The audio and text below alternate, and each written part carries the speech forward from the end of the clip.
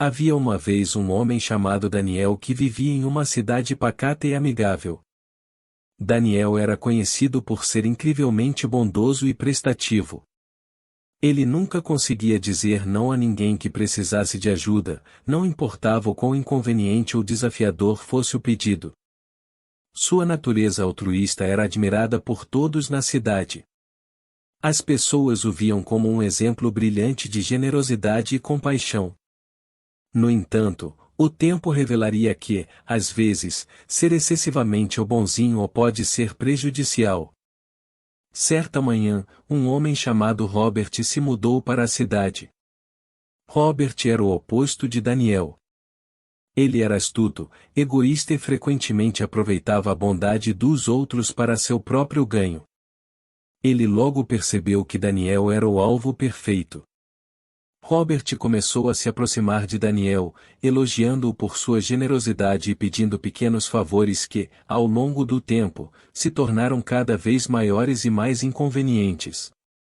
Daniel, com seu costume de nunca dizer não, continuava a atender aos pedidos de Robert, apesar de sua crescente desconfiança. À medida que os meses passavam, Robert começou a explorar cada vez mais a boa natureza de Daniel. Ele pedia dinheiro emprestado, ocupava sua casa e até mesmo fazia com que Daniel cumprisse tarefas em seu nome. E, a cada pedido, Daniel se sentia obrigado a concordar, mesmo que isso lhe causasse desconforto e prejuízo. Os amigos de Daniel começaram a notar o que estava acontecendo. Eles alertaram Daniel sobre o comportamento manipulador de Robert, mas ele estava convencido de que era importante ser o bonzinho com todos, independentemente das circunstâncias. Um dia, Robert pediu a Daniel um favor que finalmente o fez questionar sua abordagem. Ele queria que Daniel emprestasse uma quantia significativa de dinheiro, que Daniel não tinha condições de dar. Mas, como sempre, ele concordou, pensando que não podia recusar um pedido de ajuda. Quando Daniel percebeu que não tinha como recuperar o dinheiro e que sua própria situação financeira estava em perigo, ele finalmente começou a entender que ser excessivamente bonzinho estava prejudicando sua própria vida. Ele decidiu confrontar Robert e expressar suas preocupações. Robert, é claro, não se importou com os problemas de Daniel e se recusou a devolver o dinheiro. Daniel ficou arrasado, sentindo-se traído e usado. Mas essa experiência dolorosa foi um ponto de virada para Daniel. Ele percebeu que ser o bonzinho não significava ser um capacho para os outros. Ele percebeu que a verdadeira bondade envolve estabelecer limites saudáveis e ser leal a si mesmo.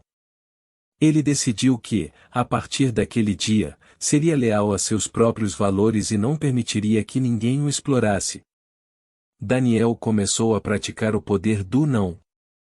Ele aprendeu a dizer não quando necessário, sem se sentir culpado.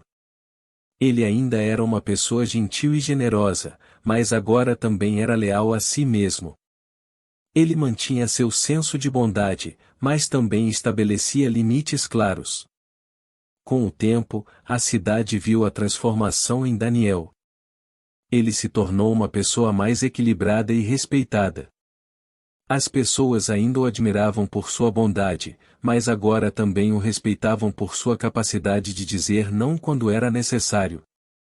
A história de Daniel serviu como um lembrete de que a verdadeira bondade não deve ser confundida com fraqueza. Ser o bonzinho não significa se deixar explorar ou abusar. É importante ser leal a si mesmo, estabelecendo limites e sendo fiel aos seus valores. Daniel passou a viver uma vida mais equilibrada, e sua história inspirou outros a fazerem o mesmo.